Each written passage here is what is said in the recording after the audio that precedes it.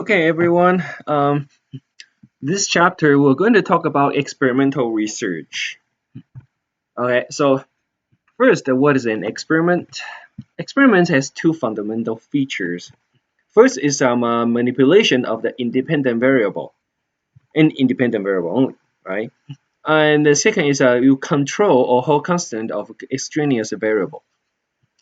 Um, so in other words, suppose you have two conditions, right? One is experimental condition, one is a control condition. Then everything you hold constant. Only the independent variables are different. Okay. So an experiment have this called so-called internal validity. Okay. In other words, how confident can we be sure cause and effect relationship? Because if we manipulate the independent variable very well, then we can be sure that the independent variable and that independent variable only causes the outcome, right? So are there any alternative explanations for the result? In other words, confounding variable. Now, if there is, then we don't do the control good enough. All right. Now, another validity is called external validity. Validity. That is extent to which the result of a study can be generalized to people and situations beyond those actually studied. Um, in other words, how much can we generalize the result to other population? Right. And sometimes people will argue that if you do the experiment in the lab in a very well controlled environment, you have really good cause and effect relationship. You have very good high internal validity, but it's too artificial. The real world is not like this, so you have low external validity. Um, and that's some people will argue with that. And they say instead of doing this lab research experiment, we can do field experiment, and that is an experiment that's conducted outside the lab. So it's in the real world situation that might have a higher external validity. Now, this is just very quick to learn to identify independent variable and dependent variable.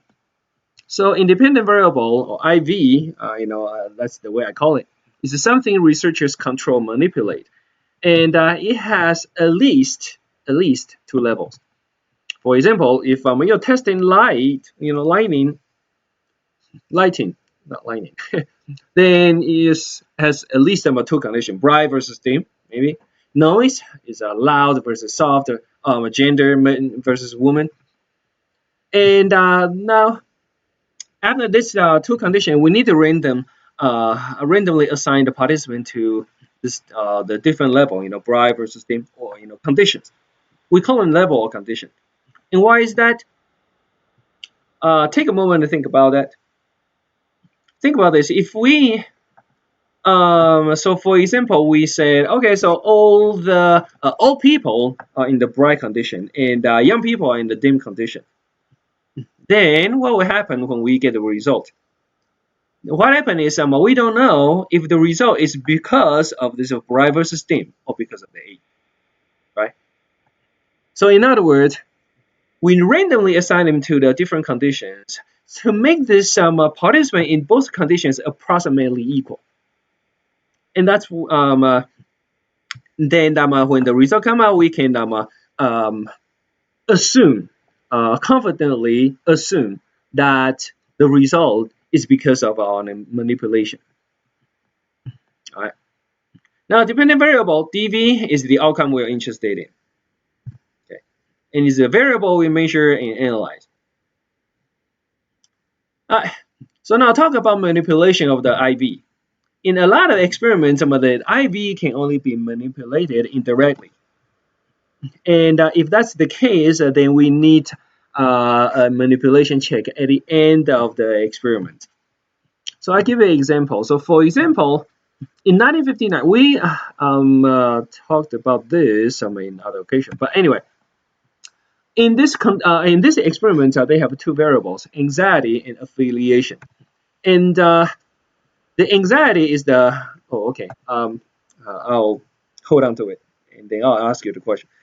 They randomly assigned the participants into group A and B, so two conditions, and you can assume one is experimental, one is a control.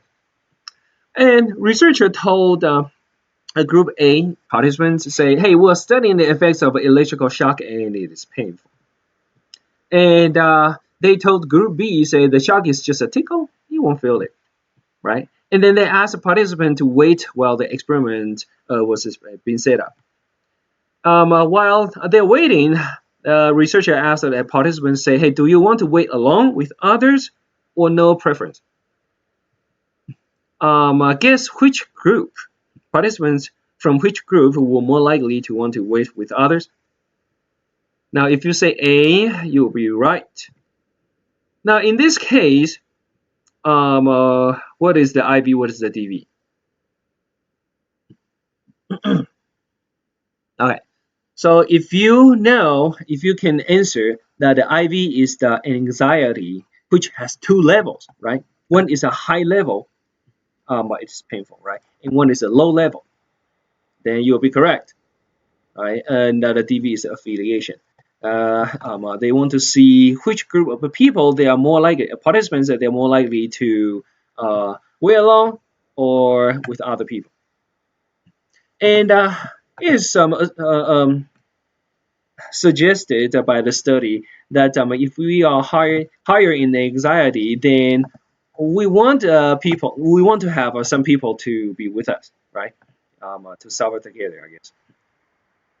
All right. Now, another study. Take a look at these pictures. Left and right, they seems to be identical, but actually there's some one tiny difference. Okay. Now, tell me which one do you prefer, left or right? Which one do you think is more attractive? All right. So now, after you make a decision, if you are like most of the people, you probably will say left. And the only difference, if you look closely, you will know it's just the pupil. The woman, this on the left, they have a darker, and bigger pupil. And actually, research suggests people, especially women, when they have a bigger pupils, darker eyes, it seems to make them more attractive. So what I heard is ancient Egypt, they have this, the woman will apply some certain herb, I think, in their eyes to dilate their pupils, make it more attractive.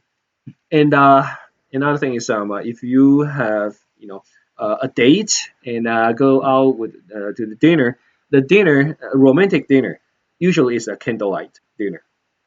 In the candlelight dinner, in that atmosphere, your pupil will dilate, right? Because it's darker and it makes you more attractive. Anyway, so this study in 1975, they show these two pictures to participants. Show male participants a full picture of two women.